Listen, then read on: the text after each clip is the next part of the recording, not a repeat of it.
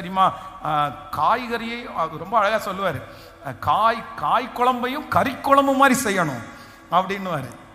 சிலர் வெறும் காய் குழம்பு தான் பண்ணுவாங்க. ஆனால் எப்படி இருக்கும் அது அது சிலருடைய பக்குவம். சிலர் ரொம்ப நல்லா சாதாரணமானதையும் ரொம்ப அழகாக சமைச்சிருவாங்க.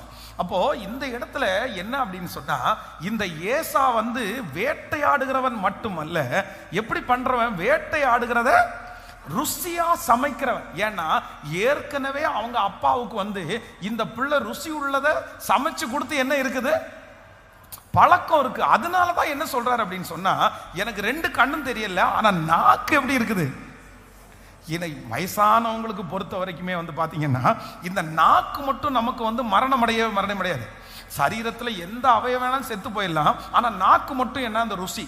வயதானவங்க எனக்கு ஒரு பாட்டி இருந்தாங்க. அந்த பாட்டி பார்த்தீங்கன்னா, அவங்களுக்கு இந்த நான்வெஜ் சாப்பிடலான்னு ஆசையாக இருக்கும், ஆனால் பல்லு மொத்தமும் இருக்காது, எந்த பல்லுமே இருக்காது.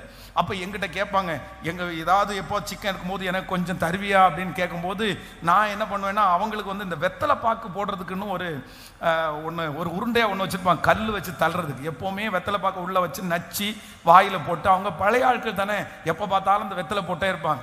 அப்போ நான் என்ன பண்ணுவேன்னா, கொஞ்சம் சிக்கனை ஏதாவது உள்ளே போட்டு நல்லா நச்சு மாவு மாதிரி கொடுப்பேன். கொடுத்த உடனே அந்த அம்மா அந்த பாட்டி அவ்வளோ சாப்பிட்டுட்டு மனசார என்ன ஆசீர்வதிப்பாங்க. நீ நல்லா இருப்ப எல்லாரை விட நல்ல. எங்க அம்மா அங்கேருந்து திட்டுவாங்க, இந்த கிழவிக்கு இந்த வயசுல தேவையா இது சாப்பிட்டுட்டு அங்கே எங்கேயும் இது இது டாய்லெட் போய் வச்சிட போகுது அப்படின்னு திட்டிட்டு இருப்பாங்க. ஆனால் என்னமோ அவங்க சொன்ன பிளெஸிங் எல்லாம் என் தலை மேலே இருக்கிறது மாதிரி நான் நம்புகிறேன். ஸோ அவங்க அப்படி மனசார ஆசீர்வதிப்பாங்க. அப்போது இந்த நாக்கு அவருக்கு என்னவா இல்லை, கண்ணு தான் போச்சு, ஆனால் நாக்கினுடைய ருசி இன்னொரு. அவர் ஸ்பெஷலாக சொல்லும் போது என்ன சொல்றாரு அப்படின்னு சொன்னா, நீ எனக்கு சமைச்சிட்டு வா, ஆனால் எப்படி சமைச்சிட்டு வா, ருசியுள்ள இப்போ ஏசாவுக்கு சமைக்க தெரியும். ஏசா ரொம்ப ருசியா சமைச்சிருவாரு. அவருக்கு எந்த நேரத்தில் எப்படி எந்த இதை அடிச்சு எப்படி.